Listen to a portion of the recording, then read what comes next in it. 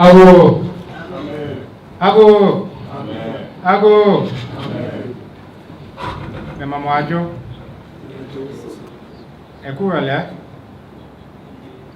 Fier. Yeshie. Agamgonzi. I greet you. Good evening. Okay, that's one full coverage area.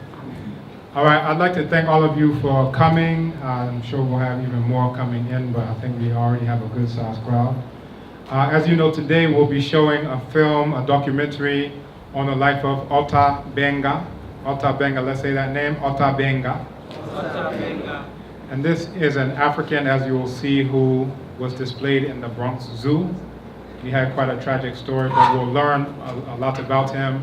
And then we'll also see how it relates to certain modern events that we still see going on to this very day. So with no further ado, we'll go ahead and start the documentary, and then we'll have a discussion. Following the discussion, we'll do a group photo, as we always do, as our tradition here in African Studies, for history for posterity. So again, thank you for coming, and enjoy. I'm not sure if enjoy is the right word, but the film is coming. Thank you. Ago. Ago. Ago.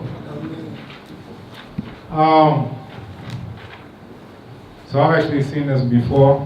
The director came here a few weeks ago. We had African Studies Association of Africa, and he brought this copy to us here in African Studies as a donation so that we could show it to students and to the community here, because many of us don't know about this story. We may not have ever heard the name Ota Benga. What we're passing around is actually from National Geographic, and I only did 30 copies. We have many more than 30 people, I see, and I'm glad that you're hearing our numbers. But it relates directly to what we're dealing with, because it talks about how Europeans and Asians, what we refer to as Eurasians, that they have what's known as Neanderthal DNA. Has anyone ever heard of what a Neanderthal is? A Neanderthal is not quite human. When we talk about human, that we're referring to Homo sapiens sapiens. When you think of Neanderthal, this is what we usually think of when we think of cavemen, with clubs, walking around Europe, so forth and so on. So according to their own genetic research, that Europeans are actually not fully Homo sapiens sapiens, that they have a percentage of Neanderthal DNA, which is another hominin.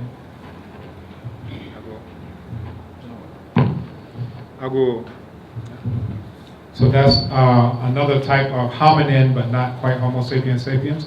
So when they came out with this research a few years ago, now they started talking about how great it is that they have this caveman DNA, and how it improves their immune system, and they have all these traits and other things. Now imagine if the shoe would have been on the other foot, and they would have found genetic proof that Africans are mixed with some other type of ape or primate or something. So as Ota Benga was around the zoo, you saw that they were grunting at him, tripping him up, doing all these things. And what they were really showing, there's a book by Sheikh Anta Diop called Civilization or Barbarism. Now many of us are under the mistaken belief that African people were waiting for Eurasians, Europeans and Asians, to bring civilization to us. But if you look at the Congo, Leopold, who was mentioned, killed over 10 million Africans. That's the lowest estimate. Over 10 million Africans. If they didn't bring up their quota in rubber, they would have their hands cut off. The women would have their breasts cut off, and then the breasts would be sold as purses. I hope you're following along. All right, so all of this is documented. You can see pictures online that were taken at that time. And I remember one that is burned into my memory of a man looking at the remains of his daughter. All that was left was the hand and the foot. And the rest of her, they said that they took it away.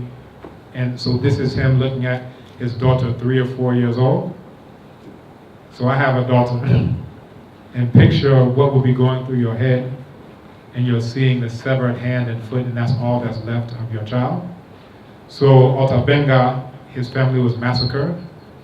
Then he was sold to a market for enslavement. This is in the 1900s. We're told that it was abolished in the 1800s.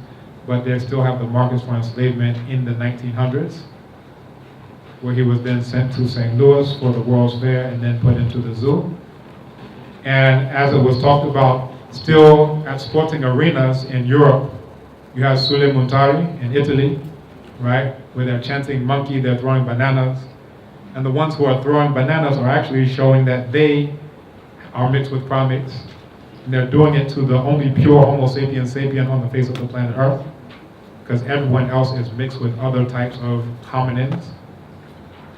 So in psychology, they call that projection, right? So I want you all to, look at that information. You can get it in National Geographic, Smithsonian, all the documentation about who they are and who we are in relation to them. The only degree to which we have any Neanderthal DNA is the degree to which Europeans came here and raped our ancestors, or that there's been any reverse migration and admixture because of that. I hope you're following. So let's open up the floor. I just wanted to set the tone for that, but let's open up to the floor for any comments, questions, reactions about the film. It was very somber, but hopefully it's making you think about who you are and whose you are in the world. Any thoughts, comments, questions?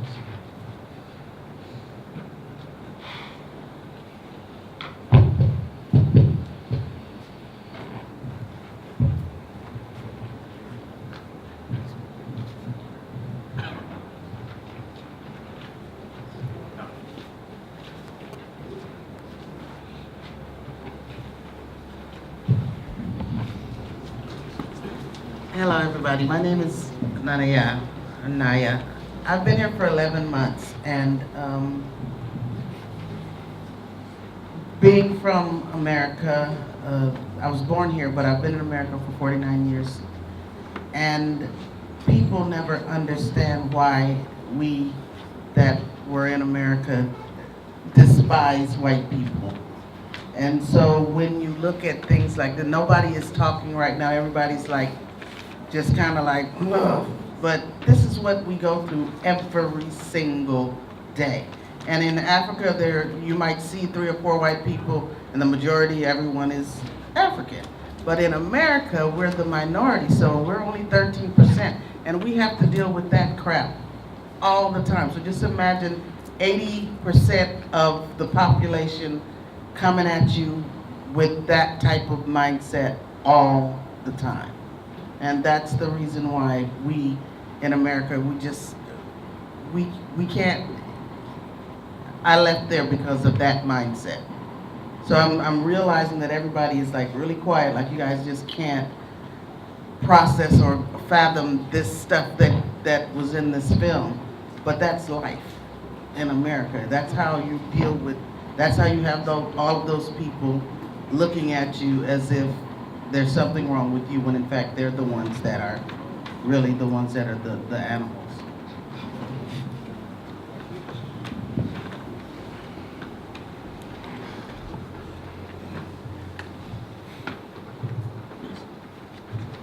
Okay. Yeah. My name is Gideon Probe. I want to say that thank you, first of all, thank you for the film, and thank you for the good way you managed to publicize this program. So I think that's good. Now the first thing I want to say is, immediately we came into this room. Do we just start? Okay. When we came into this room and then you started showing us the film, I immediately remembered an article, I think a news item I have read on the BBC. Those of you who can find it, the title is "The Man Stuffed and Displayed Like a Wild Animal." The man stuffed, S-T-U-F-F, stuffed and displayed like a wild animal. Now, this is a very similar story to Benga, and this man was a warrior from, I think, Botswana. This is 1821, not 1906 or 90. So you can see that it's something that has built on and on onto getting live humans to present. This man was dead and carried over to Spain, and I think in 1992 during the Barcelona Olympics, some people made noise about it. But interestingly, the Catalans said that they would not bring the remains of later they called it El Negro. They will not bring back the remains of El Negro to Botswana because they called it the national treasure of the Catalans. And it's sad, even later on, I think it was the year 2000, that it was finally brought to Botswana. Now, I want to say this, and I just in addition, now, that's the final thing I'm going to say, that we need to be careful, I think, and we should discuss it, we need to be careful of anti-racial racism. That's what I'm thinking. That here's the case, we want to come to a point where white people, black people see themselves as equally human. And so when I see or hear words that seem to suggest that now I am not only human, but I'm even more human than you, and that you are down, I think... from whose part, the blacks or the whites? No, I mean from the blacks. Okay. Yeah, I'm talking about anti-racial racism. You should just tolerate that and watch them. No, I'm not saying tolerate them and watch them. It's good we have to come into a discussion. Be careful about that. Right? Great, let's talk about it. But what I'm saying to you is, if you come up to say you are human, I'm black, okay, and somebody is racially abusing me, I tell the person I'm human. I'm as human as you are. But if I say to him, I'm more human even than you, then I am seeming to do what he initially was doing. Let's talk about it. Thank you.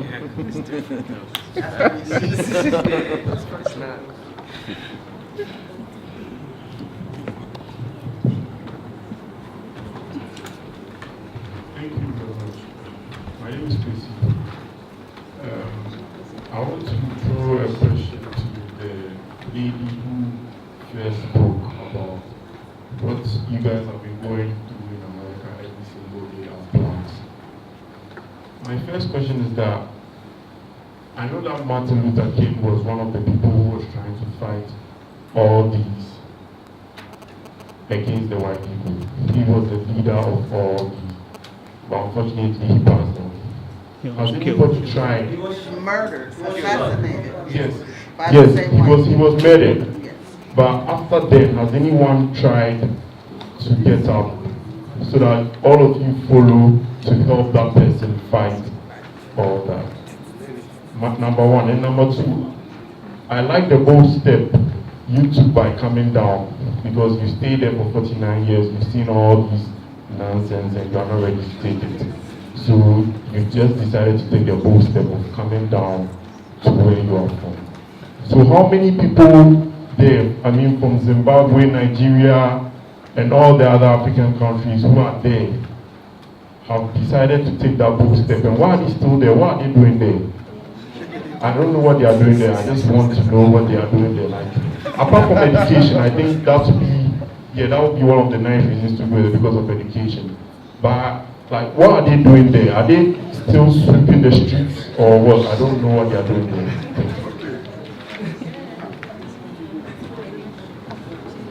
He has a mic. Oh no, Charlie, it's not working. Yeah, my name is Elik Mkuchenyo, and last week I was here to watch Ancestral Voices. It was about like African spiritual system, us trying to understand it and the link with nature. And then one guy got up there, I'm a Christian and I'm against you and all of that crap. Fine, we're in the academia, so you can tolerate everybody's bullshit view. I'm sorry for that. But like, we've watched this, you desecrate my religion and my spirituality, not even religion. For over 400 years, I'm supposed to tolerate you for that. Now they're trying to show you everything that you're inferior. Yeah, exactly. So it's in academia, so I'm very bad at this. Because I'm supposed to tolerate some views, even if every other odds are against you, get me? But let me just say this. So, I think over a couple of weeks, Bob McNair, the owner of the Houston, Texas NFL team, said that we can't have the inmates running the prison. Simply because Colin Kaepernick just knelt down trying to... You get me? So, what are you doing about it? You want to just understand them. What are you doing about it? Do you not see sense in it? No, boss. You know that makes sense? No, so me I suck at this academia thing because the truth now, I mean, we can't tolerate it anymore. I can go on and on, but like I have to infringe on the so-called intellectuals. Last time at the African Studies Week celebration, we had this Jesuit priest. I'm at the Vatican and all that crap. He's from Congo, and he can give you the list of like, okay, Pope Leo said this. It was about humanitarianism and how the missionaries go and educate the Africans. They are savages, and the worst things they do. You list all of these things, and he's still the priest. What the fuck are you still doing with the Catholic Church? Don't you want to help your people? Like he's gone beyond that. Or Benga, when he was alone, listen, he tried to throw a chair at the damn lady. He even used the knife to try attacking some damn inmate. Hello, what are you doing? What have I done? I can show you videos right now. Let me tell you, I'll show you right now. I'm just coming from Pent, and then I was talking to the guys about this plant breeders bill.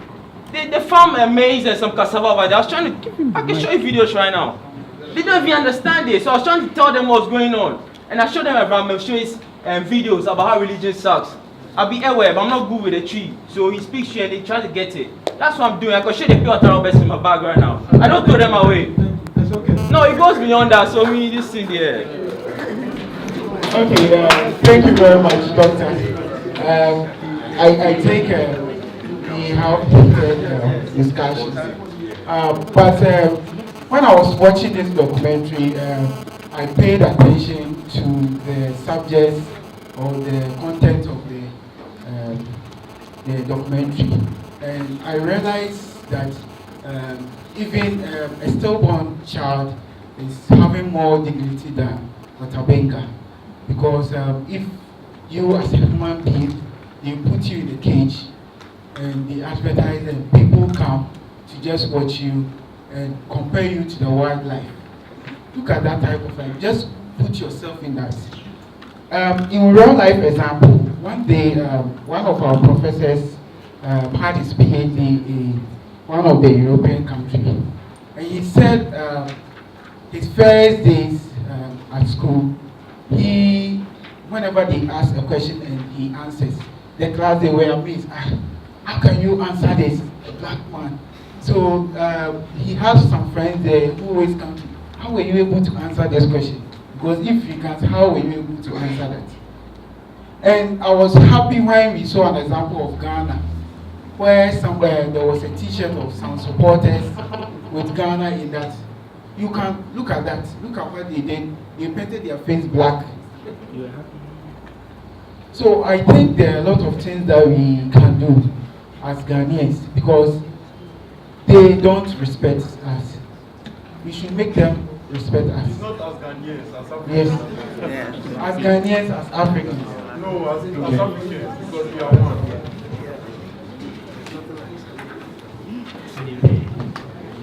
Yeah, they wouldn't be able to tell a Ghanaian from I was able to actually see something and then recognize us. I remember a speech delivered by Dr. Kwame Nkrumah on this last African freedom fighters. The most pressing issue is that we Africans are failing to be one. And you can see that there are internal wranglings between ethnicity and then religion and who we are. The issue is that when we can't recognize ourselves as a united Africans and even a united Ghanaians, we can't champion this fight. We have a case where one tribe has become so superior and implicating its attitudes and culture against the other tribe. Because if we can't recognize the fact that we are all Africans and the fact that these people are our enemies, and at the end, we are not seeing them as an enemy, but they are seen as an alternative to their side. So at the end of the day, we must unite against these people. And also what we are failing to recognize is that the moment we change our names, we change our destiny and where we come from. We have issues where Ghanaians are being named after all sorts of names. And I can't understand a Ghanaian man naming himself other names and other European names. That's it. And the issue of Benga is that I could have said that Benga should have come back being bold. It wasn't necessary. Death is It's not the last option to do in your life. You could have championed this fight against the fight of racism and other stuff. You could have come back to his hometown, tell the people that this is what I went through. How? So,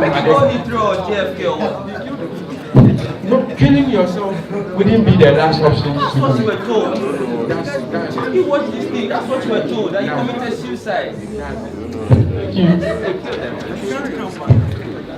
So thank you for the opportunity. Patrick Mitchell. Very good.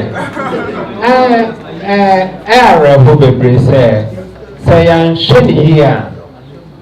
Yes, I'm for near near Babani say, yes, Susania Pedino, Ekam, ye bube fu, near Wamudia, yes, so near Yabayan one should yana across scene. And I say, yes, you are ye diabo, my brother son, and I am my prima. Sebi kata Yesuana na ne yehuno entumi amwaye na ya pese ye no womo ayepe we wouldn't be any better than they are say ye hwe sinema yetumi hu say reacting up to what you are yetumi hu say who say Christophobia wo they mentioned pastors or ministers. They rather brought the injustices to the light. You understand? Not the politicians or the businessmen or whatever. It was the ministers, the religious leaders. It's Hosenia Yama Oson Yadani Osumeni Amana Papa said, Bibia Efa Chromosome Chrysosome Ana say Yanka Sampo Yebibimu Ememu Asuno and yet. It is the wrong side of religion, the way religion has been portrayed. Yes, I know that when the white man came here, they came trying to introduce the scriptures to us. But at the same time, and this is what we always say, the same time they came with a gun at the back. So they were handing over the Bible to us, and also they held the gun behind them. This is a normal thing we often say, which is not quite the case. We must delineate between the missionaries and the business or the politicians. They were different people, so they came along maybe from the same boat, yes. But the missionaries were here to evangelize. They did their work and they introduced education. Some of the first educations were led by missionaries. So let's see the positive aspects of religion and not bundle everything together as though the ministers were the ones who were doing the injustice on all this. I'm talking to you, I'm a Reverend Father David Ando. Reverend Father? Yes. Thank you. So the way you mentioned the I'm a Catholic. I was baptized by Mama Bako. No. Let's address it.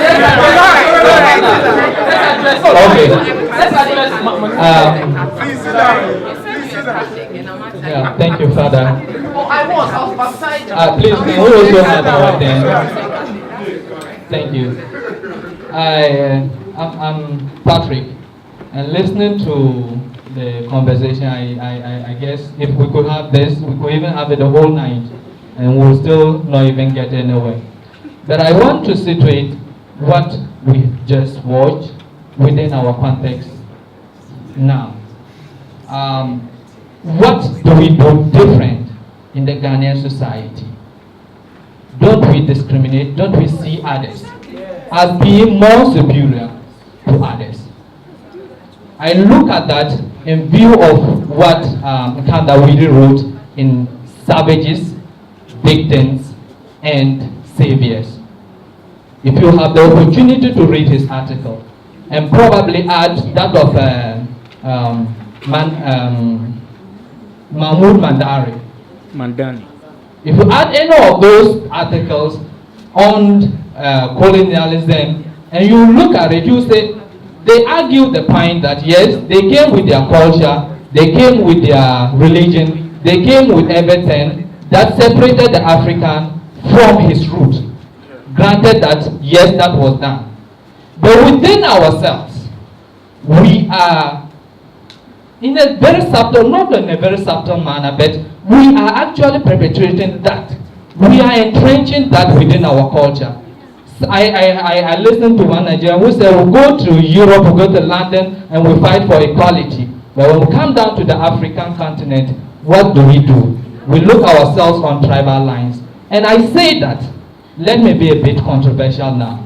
Because when we listen to even the political language that we have in Ghana here, where others are thinking they are superior to others, and others must be given first right because they belong to a certain race, it is because we have accepted some of these things, and we are not making any conscious efforts to change them. Thank you.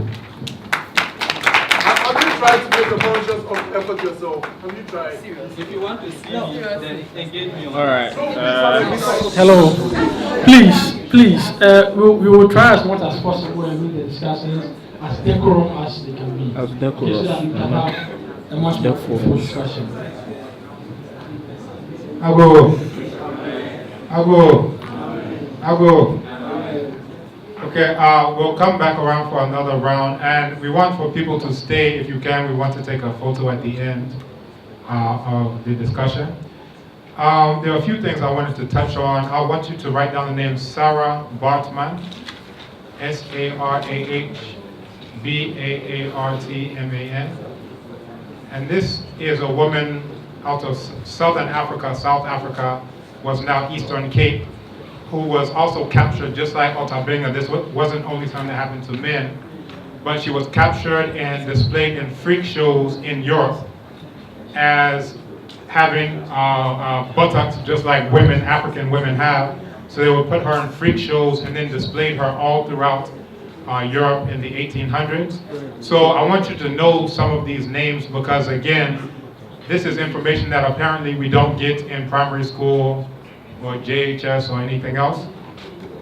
Just about a year ago here at University of Ghana, there was a white woman who was here on study abroad and at ISH, International Student Hostel.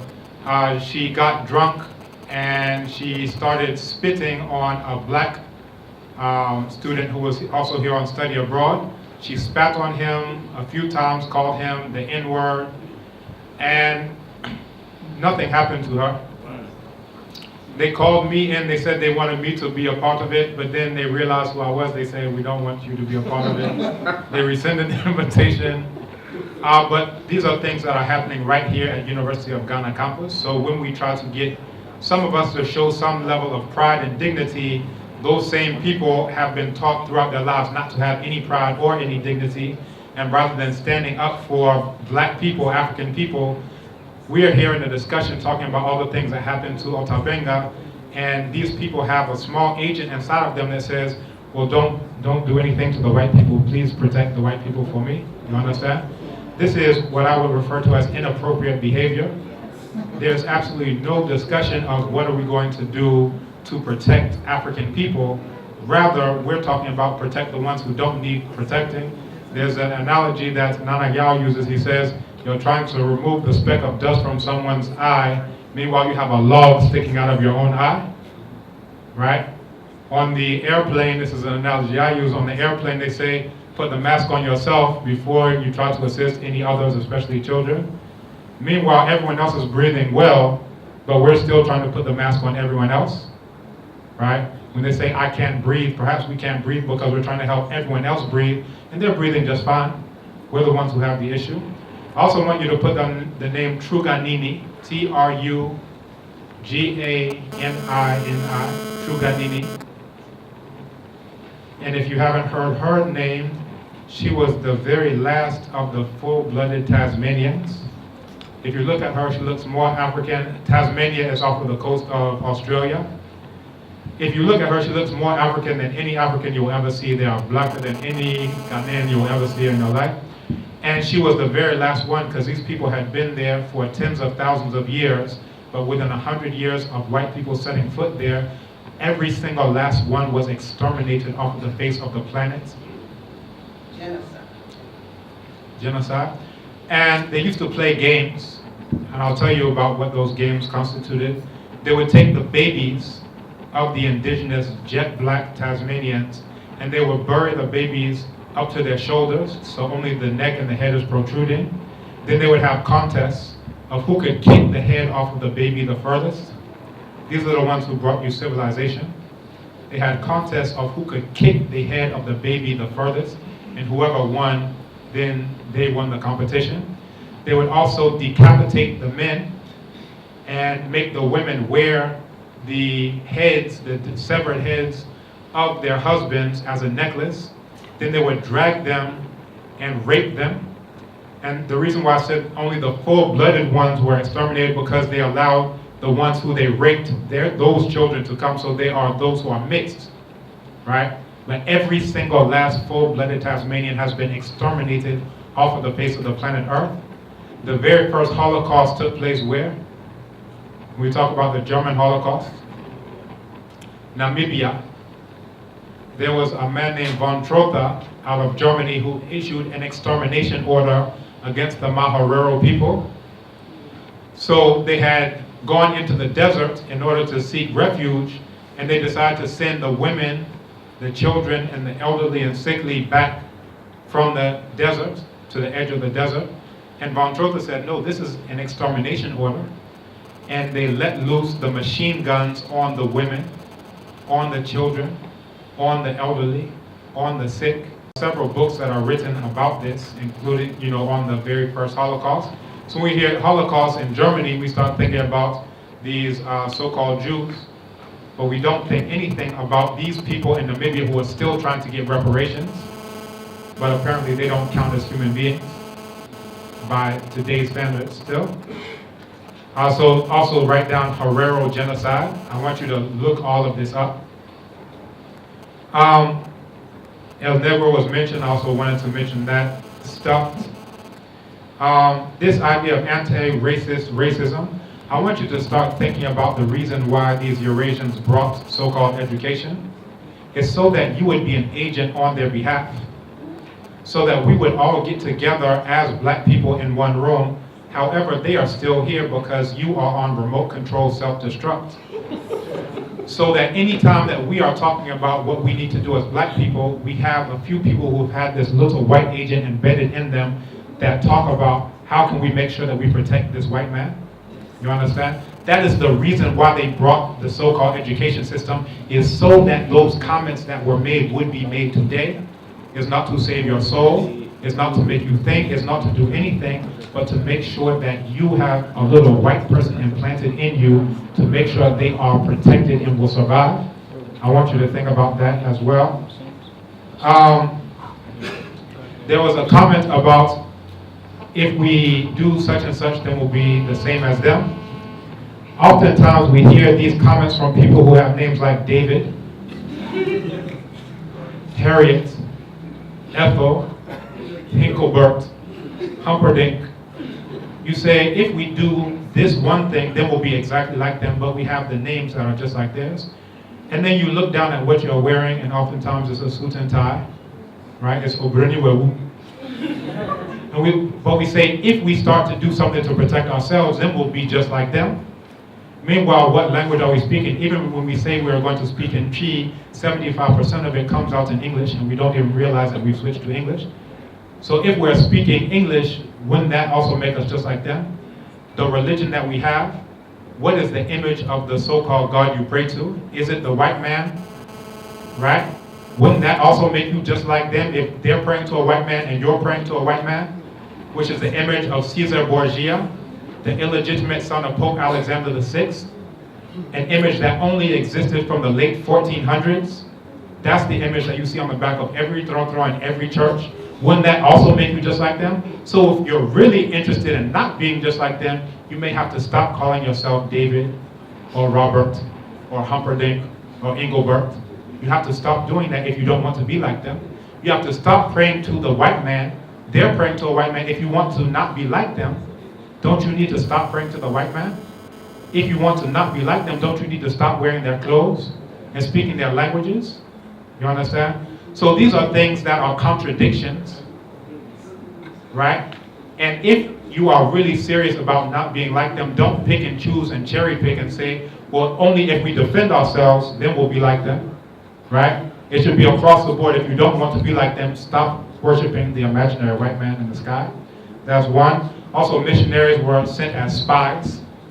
They were sent as spies as the very first wave, because what they would do is they would go back and report to Leopold of, these people have a beef. The Hutus and the Tutsis, they have a beef. How can we exploit this? The Fantes and the Asantes don't get along. Where did they get that information? They got it from the missionaries. You understand? Look, and the very first church is located where? On the slave dungeon. Inside the dungeon, because they have to make sure that they enslave you here at the same time that they're enslaving you here. Some people think that that's a contradiction. I say no, it's very consistent. You want to enslave every single part of them. And some of the comments here are testimony to that has actually worked very well. Amos Wilson, write down the name Amos Wilson, Amoswilson. Amos Wilson, he's a psychologist. He goes into spirit possession. He gives an analogy of multiple personality disorder, where you have the exact same body, but when one personality is in, they drink orange juice and they break out in hives. It's the exact same person, but a different personality comes, they drink orange juice and nothing happens. One smokes, and basically what he's talking about is depending on what personality has been, what consciousness has been implanted in you through education, through religion, so forth and so on, that determines what your behaviors are. And it can be to the point that the consciousness that's inside of you is even willing to sacrifice the host body to fulfill its tastes and desires. So once you've been taught to have a taste for white clothes, white religion, white food, so forth and so on, those things may bring you diabetes. They may bring you high blood pressure. However, this consciousness that this white inside with black skin outside, it wants to fulfill its tastes and desires, even if it leads to your destruction. You understand? Now what happens when you have someone with that type of anti-black, anti-African consciousness, and now they're put in the midst of other black people? What do they do to those other black people? The same things that we're talking about right here and we're lamenting about. So those are some things. And also I want us to stop blaming African people, because again, that's why that little white agent is implanted in you, so that at the end of the day we keep beating each other up. Meanwhile, the ones who have committed genocide, rape, killed over 10 million in the Congo and continue to kill them for coltan that your phones are made out of, right?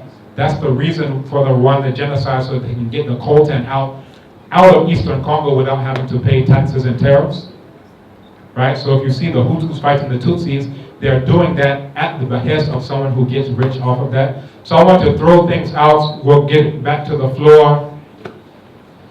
We had Kirk on the Buffalo. We'll come back.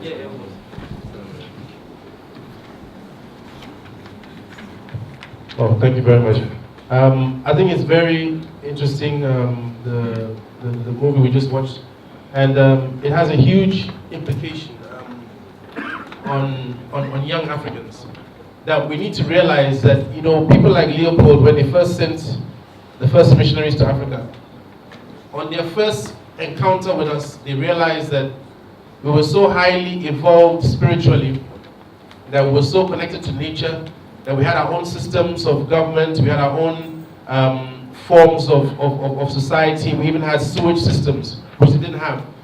So there was a very direct strategy to break down our understanding and our appreciation, our closeness to God, which is nature.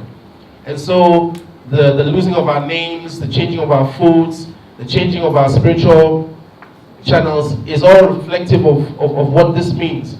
And like the movie is seeking to show, don't think that we live in a new age.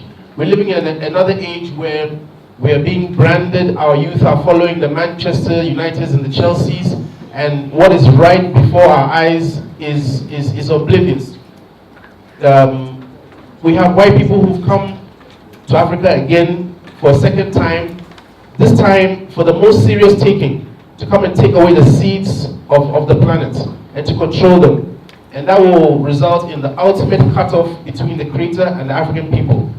Because the human body is the most advanced creation, and the fuel of the human body is a renewable, sustainable food. Anytime you tamper with the molecular structure of food, you tamper with even the way that it's going to be synthesized by the body. So there's a new age of exactly what we're seeing here, a new barrage. We're seeing it with the religious bodies, with the Christianization of Ghana. Can you believe that a country that's supposed to be so religious is so dirty, so filthy, has such low moral values? Christianity has done nothing for us but to control us and put us in a mind frame. So it's very ironic for us to watch this, but I want all of us, because you're all university students, you guys are the future leaders. The policies and the kind of mind frame you will leave this university with is exactly what you will infect the world with if you come out with something good, or if you come out just following and continuing this tradition. So let's appreciate the reality on the ground. There is a war against the African people for hundreds of years. It has never ended. So don't ever think that these people are your friends and they're extremely strategic about everything they do. We only have this, again, sort of benevolence in us, and I think that comes from our closeness with God. We are godly people. Our way of life was Ubuntu. We care for our brother and sister, so we even invite you to eat in Ghana before we have a meal. And it is this closeness to God in us which I think continues to allow us to afford this niceness to people who've been so extremely savage. Before I get off the mic, I just want all of you to understand that the experience that some of your ancestors went through leaving these shores, maybe you got in a ship at Elmina, you were locked next to somebody, maybe 3 people down, somebody died, like last week. And because the people were even scared to come down to the dungeon, that person will probably be dead, rotting, or decaying, or vomiting, or sick, or defecating on themselves. Can you imagine a journey ride, 3, 4, 5 months long, tossing up and down on the bottom of a ship? You left Ghana, you were sweating, and when you get to North Carolina, you get to Georgia, it's freezing, it's snowing, and you get treated like a savage, and all along you watch most of the people die along the way. So please, never ever get distracted and confused about what your purpose is. You guys are the descendants of the greatest people that ever walked this planet. You introduced maths and science and art and music and medicine. We taught white people how to heal wounds. So when we watch these things today, let's embolden ourselves and know that we have so much work to do, but it starts with you people here on university campuses. There's so much ignorance out there. Most of our policymakers are ignorant. They follow this sort of philosophy, and that's why they can dare to tell us that GMO food will be good for us, and they can't see the vision of actually making Ghana an organic haven when the whole world is demanding organic food. So, not to talk much, but please, the life and the future of Ghana lies in every single one of your hands, and what you decide to do with this knowledge will determine how we go on in the future. Thank you.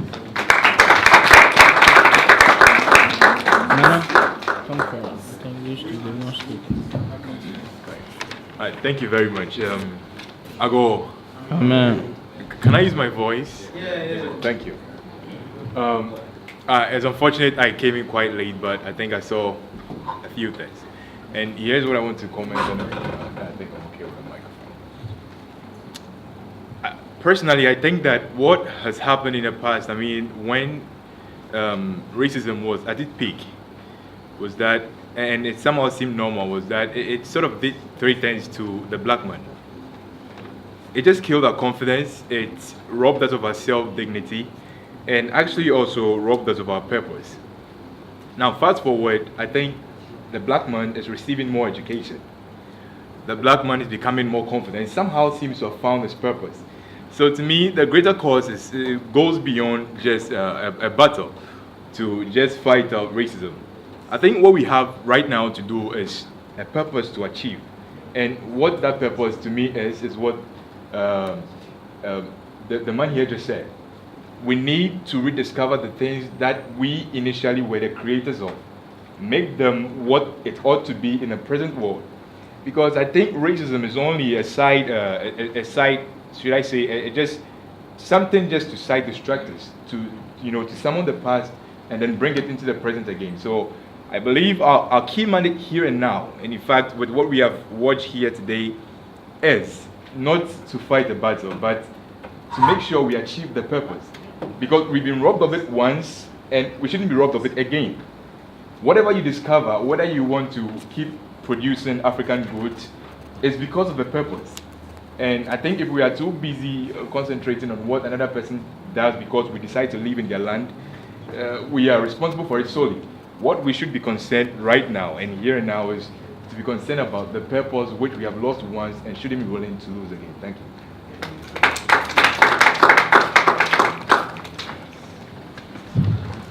Thank you. My name is John Lincoln. I would like to say. John Lincoln.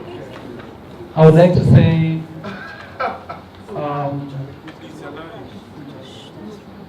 I would like to say this documentary was quite reflective of what is obtaining within Africa. I would just want to say a little bit that the genocide or the racism has taken a new twist in Africa, wherein it is now being transformed in the form of tribalism. I can give you an example. I'm from South Africa.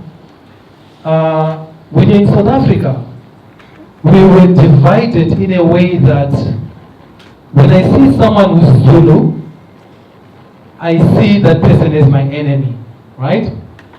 A person who comes from the northern province, let's say the Eastern Cape, the Xhosa people, when they see the Zulu people from KwaZulu-Natal, or someone who's coming from Limpopo province, where in Limpopo we've got the Pedi people, the Swati people, and we also have the Tsonga people.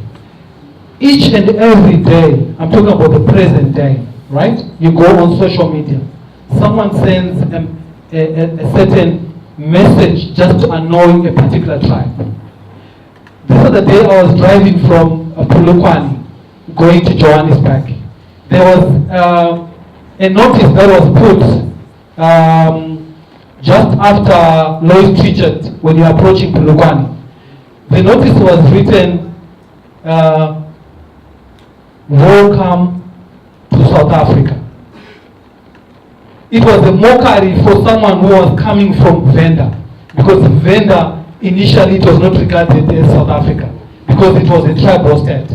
So look at it now. Someone is in South Africa, but because it's from Venda, and Venda was conceived to be a place which is from a king. If you go to Venda, they've got a university called University of Venda. They've got a king there, right? Right now, as I speak, there's a king. But they are not perceived as South Africans. You go to the Tsonga people, they say they're not from South Africa, they're from Mozambique, right? And you would find that in Limpopo, the people who believe that we're South Africans are the Pedi people, right? In other tribes. So the whites were so clever in a way that they felt like racism is going to come in a new twist, in a new form, right? So they came up with these independent tribal states, knowing for sure that there is always going to be acrimony, there's always going to be fights amongst different tribes. So, Steve, to summarize what I was saying, I would like to quote a statement by Steve Biko. Steve Biko said, the greatest weapon of the oppressor is the mind of the oppressed. So what is important as an African is decolonization of the mindset. Don't look at a white person as someone who's superior to you. Because the moment you have this preconceived idea about a white person as someone who's a supernatural being, who's different from you, at the end of the day, you always remain in the same pandemonium that you face yourself. So the only way to fight racism is having this mindset, a new twist of mindset, to say, I will never take things the manner in which they were. I have to think differently. Thank you. Yeah, I have a quick point to make. Maybe if I don't make it, it might. It relates to the decolonial process, okay? How we have to self-decolonize from changing our names. But what I want to concentrate on is the language we speak and some of the terms we use or labels we use to describe Africans and African things that we feel are neutral, are harmless, and they just ought to be used. One of such words is the word tribe. All right? Many of us don't know it because from the very beginning, we go to school, they teach us that our states are made up of tribes, Asante, and so on and so forth. Now, before the Europeans drew those arbitrary lines, which turned us into what we call ourselves today, there were kingdoms. Okay? And the least description you could give, there were nations, there were multi-state, and so on and so forth. The least description you give is at least ethnicity. Tribe is a derogatory term that is used to describe certain people of the world. Africans, indigenous Americans, Asians. You never hear tribe being used to describe white people or Europeans. But it's an English word. Because it's an English word. Okay? So please, let's take note of this. There are many, now we call our own languages vernacular. Right? We call our own languages vernacular. And there's our languages. That's something that you should also consider. There are many of these vocabulary that manage to pass into our so-called independent states. And the decolonization process that was truncated ended there, and we still use them. But Iceland, right? That country is made up of 300,000 people. Are you aware? They are a nation, right? How many millions make Yoruba? How many millions make Asante? 25 to 30. How many millions make Zulu? Yet we classify them as tribes, and we classify a 300,000 group of people as a nation. Thank you.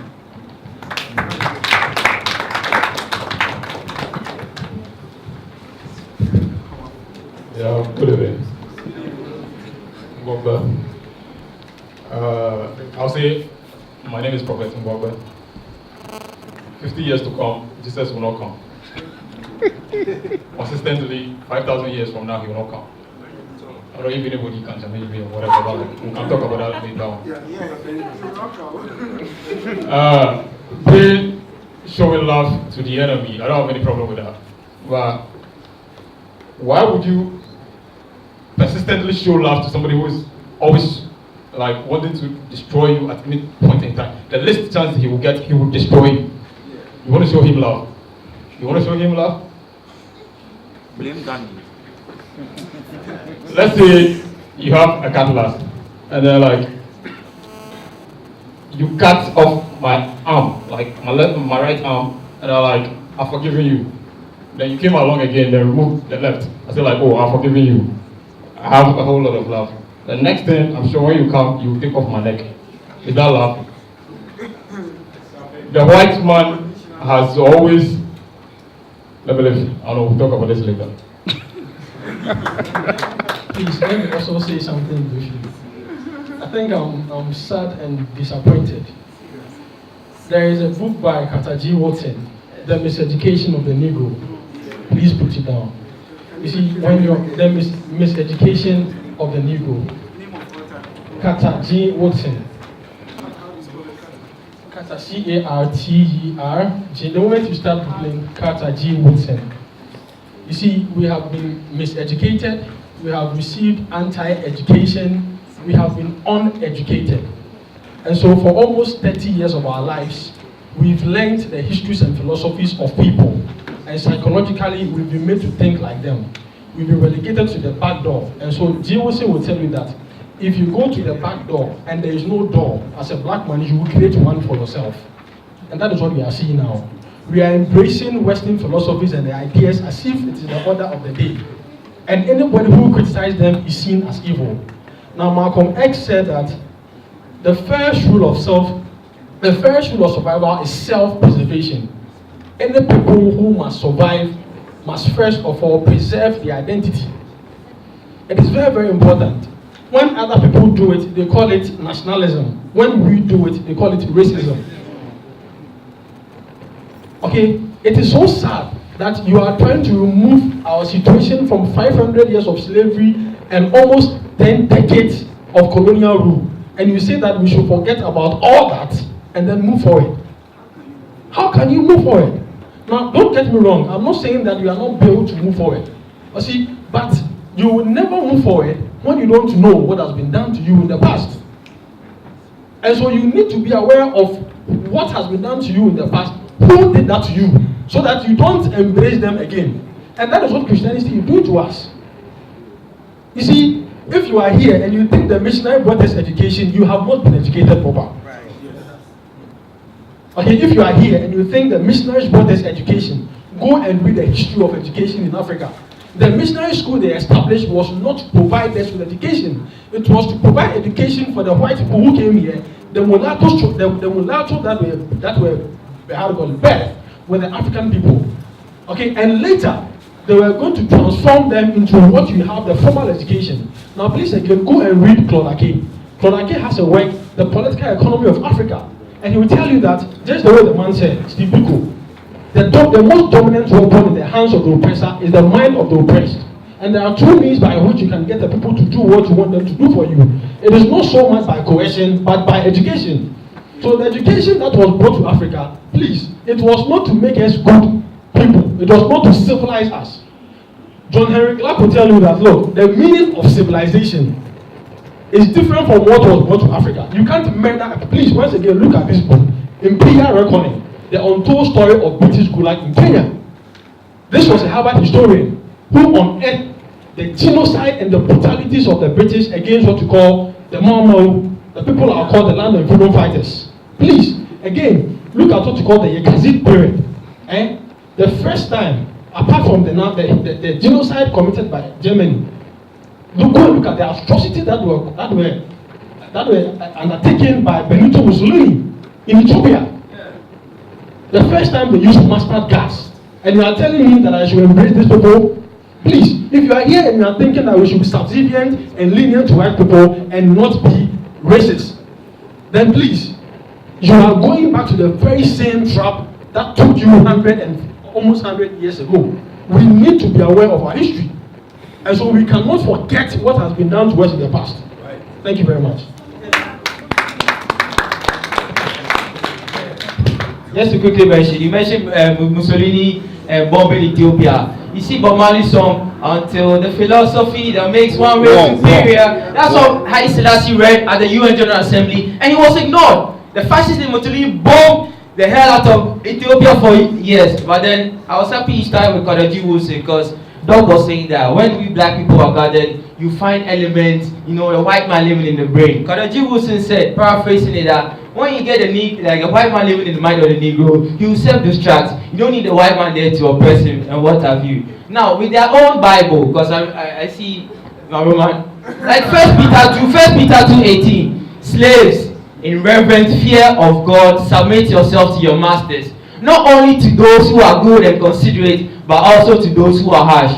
I'm not really too surprised about that, so I'll leave them. They're pretending to be awake, but with time. Let me talk about my South African brother. Like last month, Bell Pottinger, it's an HR firm. Now in South Africa, you hear about Zuma's corrupt cases, and his linkage to the Gupta brothers. Now it's so clear, this Bell Pottinger, an HR firm, was contacted by the Gupta brothers to intentionally heighten racial tension. So you hear of xenophobic attacks. No, the Zulus are not against anything. We might have some historic issues, but we always settle it. You hear the Elwes and Ashantis and all this, but we're the same ones that to cater to them. The Elwes and some Togolese and all this. Our colleague gave us our stool back to the Anglo land. So you need to understand this. It's all an European construct. You see, an HR firm heightened xenophobic attacks in SA because we were being paid over £100,000 a month by the Gupta brothers to divert attention of South Africans, you and I, our attention from the corrupt cases, and to imaginally just think that there's some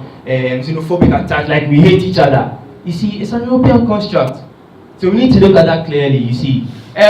Just 2 weeks ago, our brother showed a movie about how to unify the North, that they're all from one grandfather. And then we see the Nairigu saying that this politics is eating so much into our chieftaincy and it's unable to unite. It's politics. I'm ready to do that about politics. You can see the role it plays in our Shidibab. In 2000, the Volta Agno chief died. MPP was so ready to put somebody there. It's some issue that nobody talks about. I doubt a lot of us know about it. You see, the political influence is there. So it's not about us. They make you think we hate ourselves. We don't hate ourselves. They put things in place for you to think that, oh, this tribe is against this tribe and all that bullshit. Like the white man living, sorry with the bad language, like the white man living in our brains, we need to get him out. Also, the ISIS Papers by Chris Wilson. The ISIS Papers. Please look it up. ISIS Papers by Chris Wilson. Thank you. Good evening. My name is Devon, and I just want to speak on self-preservation a little bit. We talk a lot about how white people are doing this and white people are doing that, and honestly, like, what are we doing, like, for ourselves? Honestly, what are we building for ourselves? If we literally just ignored what they were doing and did what we wanted to do, honestly, we could do it. Because we built whole countries for free. We built whole nations off of slavery. So why are we still waiting and acting like we need some kind of go-ahead to do what we've been doing for everybody else but ourselves? Like, we need to build this planet back to where it needs to be, because the whole world is ours as black people. It's our planet, and we the children. And it's gonna die if we don't save it. So, if you wanna be here, take a part and clean it up. Sure. Thank you.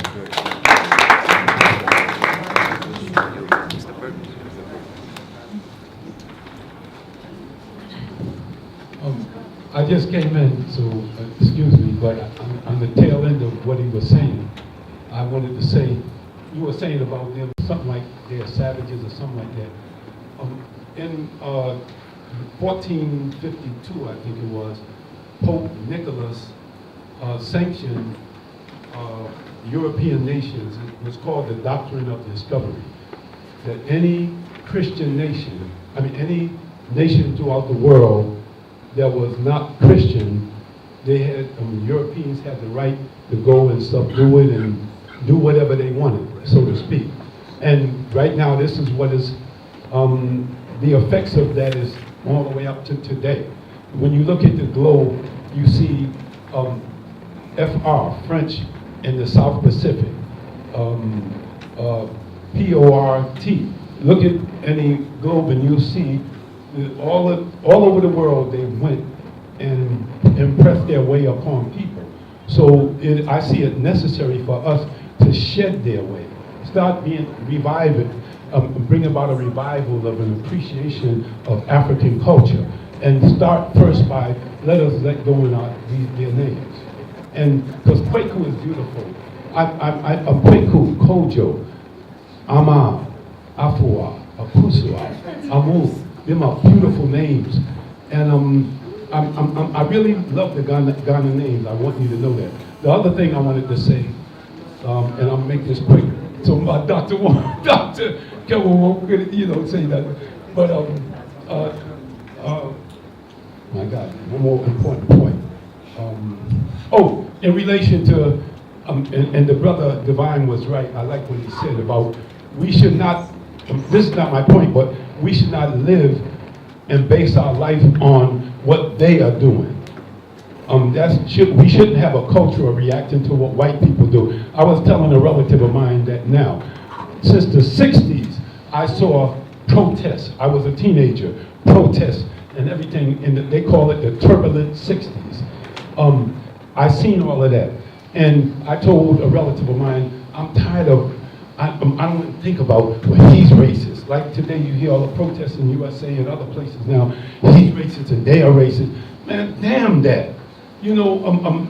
Africa is the origin of everything. Culture, civilization, everything came out of here. And let us start, we need a revival, a renaissance, a reawakening, a reappreciation of your own culture. And the last thing I want to say, when I see some of y'all walking, see with the white, you see white people, and I don't hate the creation. I just hate, I don't like white supremacy. But I watch you see white people come walking, oh, how are you today? And all nice. They reap the benefit from the wealth that their parents or their parents' parents or their parents' parents got from exploiting African colonies and other colonies throughout the world. So they are beneficiaries. Do not look up to them for that. If you know my family, if I was interested in marrying someone from your family, and I come from a bad family, how African tradition is, you will know about my family, you wouldn't want to deal with me. Well, what about them? They're children of murderers, liars, and thieves, and manipulators, and everything else. So they're beneficiaries. You know, I'm not saying don't respect people, but you know, think about who you're looking up to. They do not have no, you know, sometimes you might make a mistake and see them as privilege. I asked some of the students that, no! The black man and woman is the original man and woman. Thank you.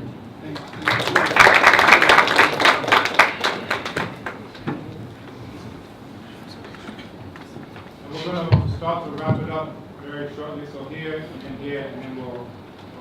Thank you very much.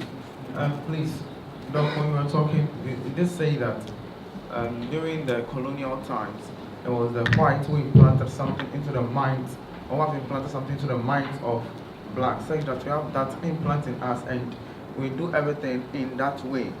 I want to know, before, when you read history, realize that before even the whites came, realize that the Africans, or in Ghana here for instance, the Ashantis for instance, were not one, or even in Ghana here, we were not one. We had instances where the Ashantis move out, go and fight other people to take hold of their land, all because they wanted to build a very great empire. So I want to know how did that one come about? Thank you very much.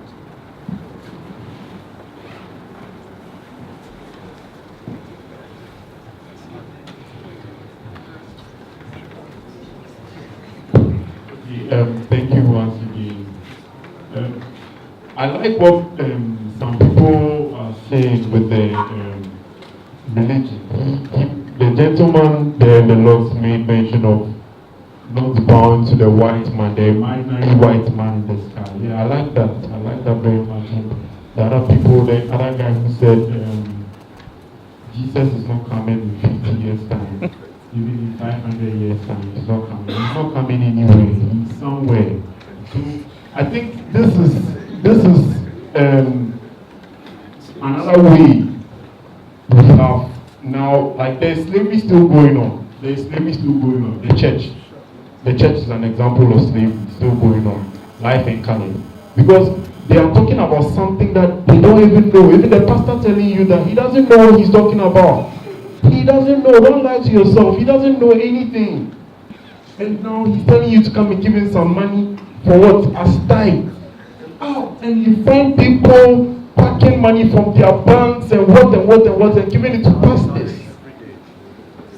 What at all is going on? If you are able to abolish Christianity or stop the lies in Christianity, I think half of the work is done.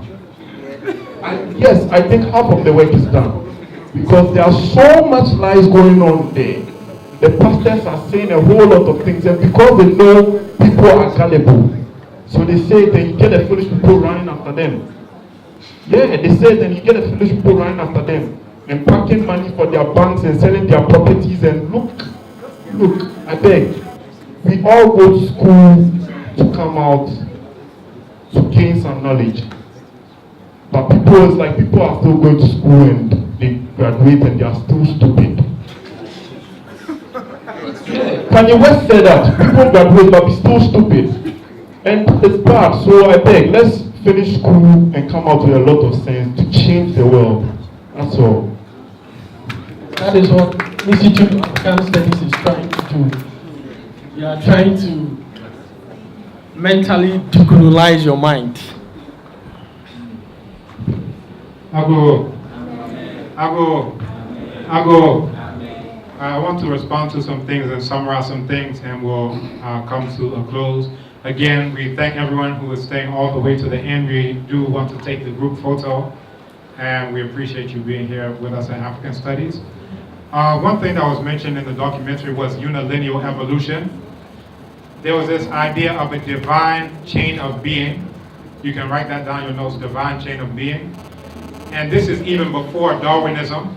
And it was a religious justification for a hierarchy in which you had at the very top God, then you had, which was white, depicted as white, then white angels, then white men, then white women, and then everyone else with black people down at the very bottom. Then underneath that, you had birds, you had animals, you had trees and plants, then you had rocks and stones.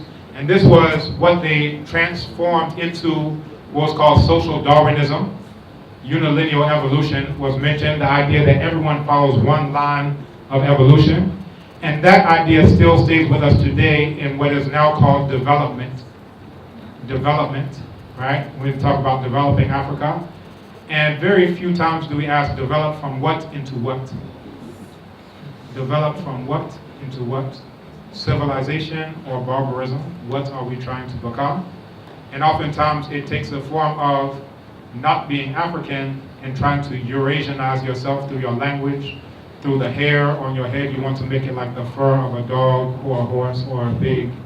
You want to look like a shaved dog and put the bleaching cream, all of these things, and we see that as development, right? So we've still taken this same idea from chain of being to social Darwinism, and now they've given it a different name, but it's the exact same thing. And they enrich themselves on the basis of that, because once you need to develop to become a white person, who gets rich off of that?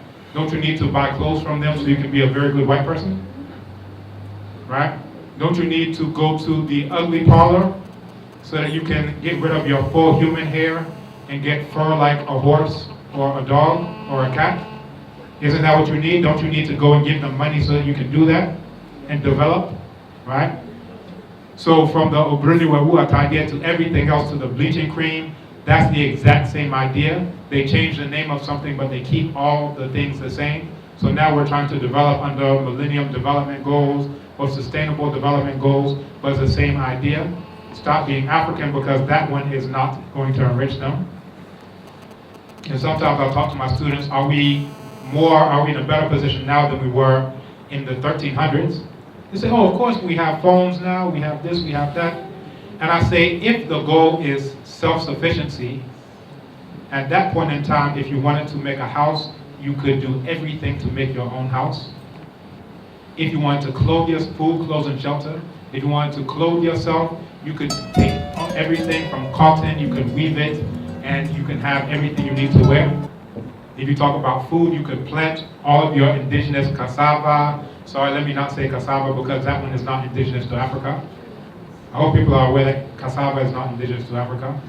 Plantain is not indigenous to Africa. That's why it has names like Wadieh, Bro, Wadieh is yam. So you're saying a foreign version of a yam.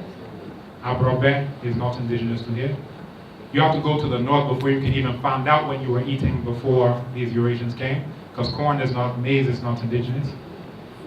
So think about dokono, think about apre, think about fufu. Both the cassava and the plantain are not indigenous. You have to go to the north and get the pounded yam, because that one is indigenous. So these are some of the things to think about. Also, we mentioned decolonizing.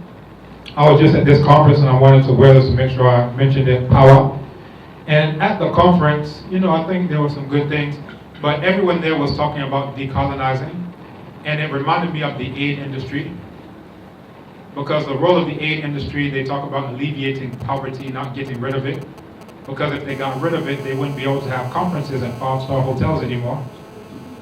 If they actually resolved the problem, then millions would be out of jobs, because poverty is an industry. So sometimes we get so caught up in talking about decolonization, when it comes down to actually doing something we don't want to do, we just want to tell everyone, you need to decolonize. Then you tell me I need to decolonize. Then we go home. As we have our wives with their perms and we're eating fufu with knife and fork, we say, yes, we need to decolonize. You understand? So these are some of the things, some of the contradictions to think of. And I brought that up because sometimes we talk about decolonizing, but our names are Lincoln. Our names are John, Humperdinck, Engelbert. We need to not say anything about decolonizing until we can show these steps that we have taken. Any knowledge you have, there should be a behavioral correlate. It means there should be a behavior linked to anything you learn. As soon as I learn it, I stop doing this.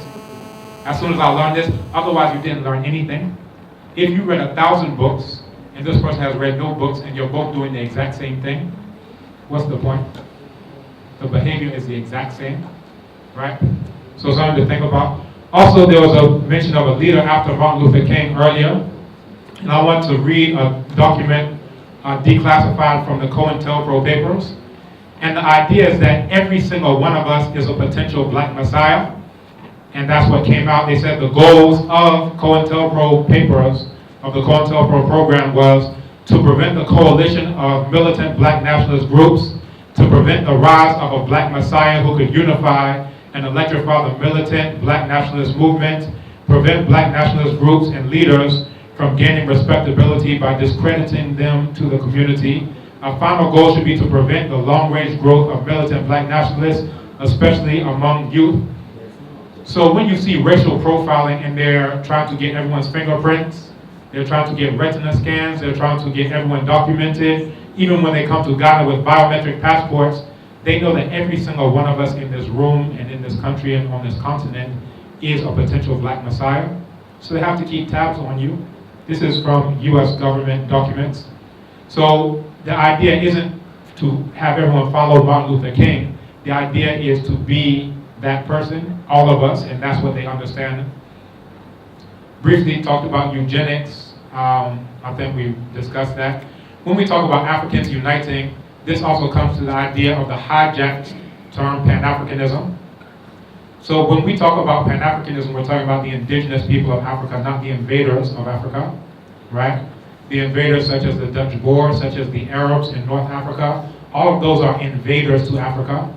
If you look at one term for Africa, Kemet, it means land of black people. If you look at another term for Africa, Abibimain, it means land of black people. If you look at Bambara, word for Africa, Farafina, land of black people. If you look at Yoruba, word for Africa, Iliadulawa, land of black people. If you look at the Wolof word for Africa, Reo Nikunyul, land of black people. If you look at the Kikongo word for Africa, and Siabandombe, land of black people, and I could go on and on. So if you have people who are in this land of black people and they're not black, they are very recent invaders to the land of black people. So when we talk about African people uniting, we have to ask unification between whom and whom. So Haiti tried to join the African Union and they were rejected. Morocco tried to join the African Union and they were welcomed with open arms. This is because the term Pan-Africanism has been intentionally hijacked from the indigenous black people, no matter where we are in the world, to include anyone who happens to be on the continent. So then the Dutch Boer who murdered your grandfather, oh, well, he happens to be on the African continent. That's what we call continentalism, not Pan-Africanism. So we should be very careful when we say unification between whom and whom, because otherwise you'll unify with the snake and the snake will bite you. He mentioned suicide seeds, very good point, because the very first sacrifice is, instead of taking the seed, to plant it, so that your descendants, who are also your ancestors, will be able to take that seed. The very first libation is to pour water on that seed, so that the generations who regenerate will come back and partake of what grows, right? So to cut us off from that regeneration process, the purpose of all those things is to promote life. So all that's to do that. Also, Amos Wilson, who I mentioned before, he talks about the battered wife syndrome. Battered wife syndrome. This is where the woman is beaten by a very violent man, and instead of saying, I need to do something about this man, she says, maybe I just didn't cook the food well enough. She says, maybe I didn't sweep the floor well enough, so she's blaming herself. This is seen as a psychological disorder, but this is what all of us are intentionally suffering from because of miseducation, diseducation, and anti-education.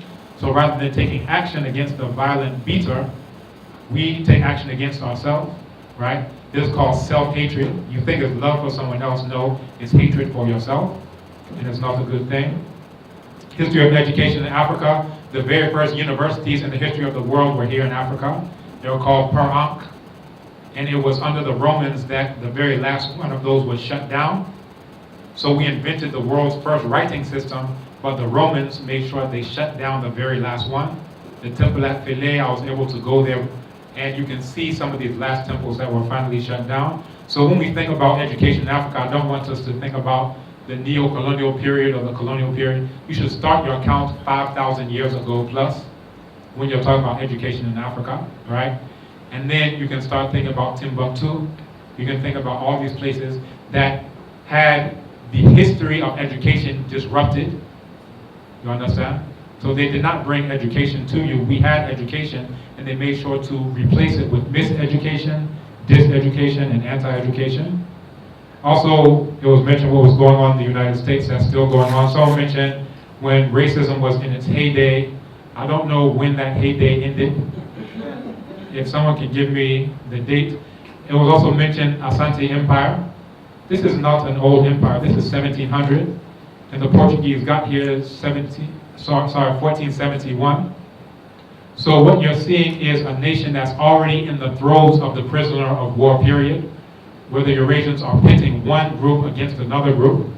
They're selling Dane guns to one group, they're selling Dutch guns to the other group. And they say, we'll give it to you on credit. The only way you can pay for it is to go enslave those people over there. Then they do the same thing with those people, say the only way you can pay for it is to go enslave them. And then they laugh all the way to the bank, right? So if you want to know what was going on, you definitely cannot start with Asante, because Asante is a product of these Eurasians pitting one African against the other. Sometimes we talk about Liberia and say, oh, the Africans from America versus the indigenous, they were fighting amongst each other, and that's a problem. But then we don't talk about Rwanda. We don't talk about modern times in South Africa, that anytime black people are fighting amongst each other, you have to think about who benefits from that ultimately. So in Liberia, the ones who benefited were the Beers and the diamond cartels, because in order to pay for the guns that they were given for free, there were no AK-47 factories or tank factories or bazooka factories in the hinterlands of Liberia. So you have to ask, you have to follow the money trail of who provided those in order to get what. Because once I give you a bazooka, now you pay me in multiple kilos of diamonds, blood diamonds. I think you've heard that term before. In Rwanda, the Hutus and the Tutsis, now that gives you all of what you use for your laptops and your cell phones, the coltan that was mentioned earlier. So when you have black people fighting amongst black people, you have to think about who laughs all the way to the bank and who benefits from that. Back at the Asante times, the answer was the same as it is right now, right? So anytime we fight amongst each other. And I want to close out that by saying that racism is not the problem. I hope everyone is listening to me. Racism is not the problem. Also, capitalism is not the problem. Also, neoliberalism is not the problem. All of these isms are distractions and diversions to keep you from focusing on the problem. And I'll give you a quote from Bobby Wright's essay, The Psychopathic Racial Personality. Is everyone listening? Yeah. Is everyone listening? Yeah. He says the following, and it's an analogy, so please try to follow. In a bullfight, after being brutalized while making innumerable charges at the movement of a cape. So there's a matador who waves a cape and the bull chases after the cape. There comes a time when the bull finally turns and faces his adversary, with the only movement being his heaving, bloody sides. It is believed that for the first time, he really sees the matador. This final confrontation is known as the moment of truth. For the bull, this moment comes too late. The experience of black people all over the world represents an analogous situation. For hundreds of years, blacks have been charging at the banners that are held by the European white matadors. Those banners have been represented by concepts such as democracy, capitalism, Marxism, religion, and education. The banners remain constant as long as blacks were assets. However, with technology and worldwide industrialization on the rampage, resulting in a further exploitation of Africa's resources, which in turn produces an increase in Africans' blacks' national consciousness, blacks are now a threat and a liability to the white race. Therefore, the banner held by the matador represents only one concept: genocide. As a consequence, the major research that white scientists are involved in today is genocidal in nature: nuclear warfare, population control, medication control, genetic engineering, psychosurgery, electrical stimulation of the brain, and the highly complex science of behavioral technology. Indeed, it is blacks' moment of truth. It is time for blacks to look at the matador. So what am I saying? I'm saying that here is a matador who holds a cape, and we chase after racism. We say if we can get rid of racism, then we'll really have done something. We chase after that, they stab us. Because the problem isn't the cape. The problem is the one holding the cape. We say the problem is capitalism.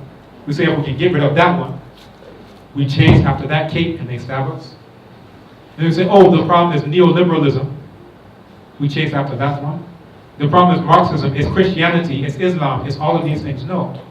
The problem is the one who creates all of these things in order to ensure their own survival, in order to survive in order to ensure their own self-preservation and self-perpetuation.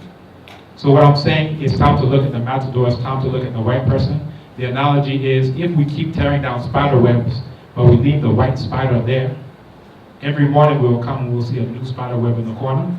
So until you are ready, willing, and able to deal with this white Eurasian spider, whether that Eurasian happens to call itself Arab, or French, or Chinese, or Indo-Aryan, or Korean, or what have you, until you are ready to do what's necessary for the survival of your black self and your black children, then you will be calling what you're doing love, but really it will be self-hatred, because you will be murdering the generations yet to come, and you'll be colluding with your Eurasian enemy. So let's look at the matador. So I want to thank all of you on behalf of the director of the Institute of African Studies and myself, a research fellow here in African Studies. I hope this was in blackening.